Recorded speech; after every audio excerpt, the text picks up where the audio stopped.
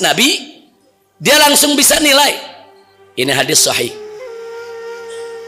ini hadis dhaif, ini bukan hadis nih, ini maudhu. Anaknya bingung. Jadi kalau kita rame-rame nyari karomah nggak dapat ya kawan. Banyak orang nyari karomah nggak dapat, ujung-ujungnya majnun. Nah, jangan lupa yang dia cari karomah nggak bakal datang itu karomah kalau dicari. Tapi yang dia mesti cari istiqomah, takwa kepada Allah, jalankan perintah Allah dan perintah Rasulnya, tinggalkan larangan Allah dan larangan Rasulnya.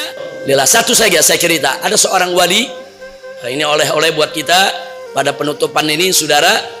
Ada seorang wali, dia punya muridnya juga ulama. Nah, tapi muridnya bukan murid, anaknya ulama, tapi anaknya belum mencapai tingkat wali ya kawan. Ini ayahnya luar biasa. Ayahnya nggak pernah belajar ilmu hadis. Kalaupun belajar sekedarnya, nggak ahli amat dalam studi hadis. Sementara anaknya ulama hadis, dia pelajari hadis, dia pelajari sanad, matan segala macam. Tapi yang menariknya, sang ayah kalau mendengar ada orang bicara hadis Nabi, dia langsung bisa nilai ini hadis sahih, ini hadis dhaif, ini bukan hadis nih, ini maudhu. Anaknya bingung. Dia tanya, ayah bagaimana ayah bisa tahu? Kalau satu dua hadis mungkin karena si ayah pernah baca, ini setiap dengar hadis. Dan begitu anaknya cek, betul omongan bapaknya. Padahal si anak tahu bapaknya bukan ahli hadis. Tapi kok bapaknya bisa tahu? Dia sendiri untuk menilai hadis, dia mesti korek dulu itu. Dia mesti lihat dulu kitab-kitab yang dia punya, saudara. Nah, si ayah nggak mau buka rahasia. Nggak apa-apa. Itu mungkin kebetulan aja, periksa aja, betul gak? Pokoknya ini hadis dhaif, ini hadis maudhu, selalu begitu ya Pak. Singkat cerita, begitu sang ayah sedang sakaratul maut, ingin meninggal dunia, sang anak penasaran masih nanya, ayah kasih tahu dong, kenapa kau bisa tahu hadis ini sahih, yang ini enggak? Sang ayah mengatakan kepada si anak, bersihkan hatimu nak, takutlah kepada Allah. Kalau kau takut kepada Allah, bersih kau punya hati, maka Allah akan buka mata hatimu. Kau bisa melihat yang orang lain gak lihat. Nah, kau mau tahu apa yang aku lihat? Kalau aku lihat ada orang menyampaikan suatu hadis, hadis itu sahih, dari mulutnya aku lihat keluar cahaya. Kalau aku lihat cahaya keluar, ini hadis Nabi ini yang diucap. Keluar cahaya, itu hadis sahih, betul dari Nabi. Tapi kalau dari mulutnya aku lihat cahaya, ada cahaya tapi ada enggak terlalu terang benderang, ini hadis dhaif. Tapi kalau dari mulut yang bicara hadis enggak keluar cahaya sama sekali, itu palsu, bukan hadis.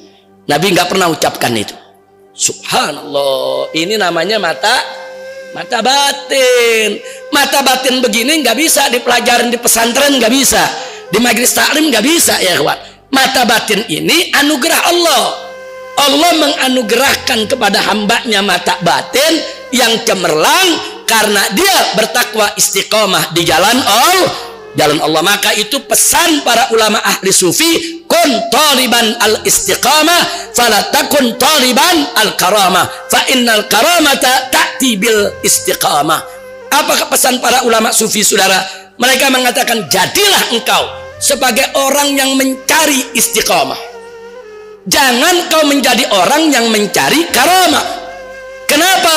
Karena sesungguhnya karamah akan datang melalui istiqamah.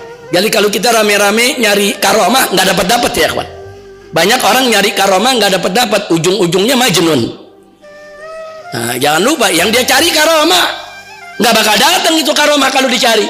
Tapi yang dia mesti cari istiqamah, takwa kepada Allah, jalankan perintah Allah dan perintah Rasulnya, tinggalkan larangan Allah dan larangan Rasulnya, ikhlas karena Allah, bersihkan hati kita dari sifat-sifat tercela, terbuka mata hati kita, disitulah Allah akan berikan pemandangan keindahan alam batin, insya Allah. Nah itu saja yang saya mau sampaikan di sini ya kawan. Sekali lagi carilah istiqomah, jangan cari karomah. Karena orang kalau udah istiqomah, karomah datang sendiri ya kawan. Insya Allah itu saja. Terima kasih atas semua perhatian.